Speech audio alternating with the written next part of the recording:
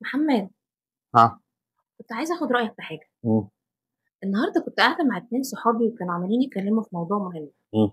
بس كانت في واحدة منهم كل شوية تقول للتانية: مدي لحافك على قد رجليكي، مدي لحافك على قد رجليكي. الجملة دي انت ايه رأيك فيها؟ هي إيجابية ولا محبطة؟ طيب انا هجاوبك على السؤال، بس في طلب. ايه؟ لو الاجابه اقنعتك تعملي شاي. اتفقنا؟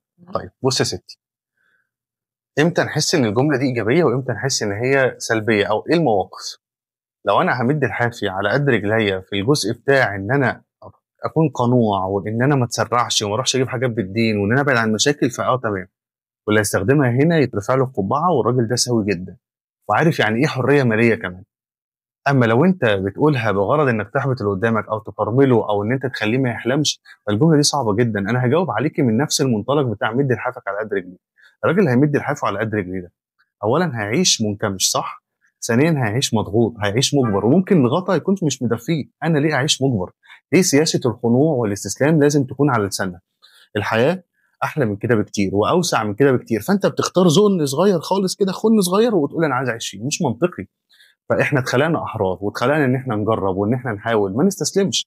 بس انت بتروح قايل لي مد لحافك على قد رجلي فتخليني اقف او تخليني استسلم او تخليني اخاف، فده مش منطقي. غير الصح بتاع ده ايه؟ ان انا امد الحافي على قد رجلي على قد امكانياتي واكون قنوع بالحاجه اللي معايا، صح؟ ما بقاش ان انا بتسرع، ما اروحش اجيب حاجات بالقسط عشان عايز ابقى احسن، ما اروحش اجيب شقه اغلى من امكانياتي عشان عايز اعيش في مكان نظيف. اعيش على قدك، ده صح، دي قناعه. اما ان انا اكون طموح فده الصح. فالملخص بتاع الحياه ان انت تعيشها بعقل، ده صح.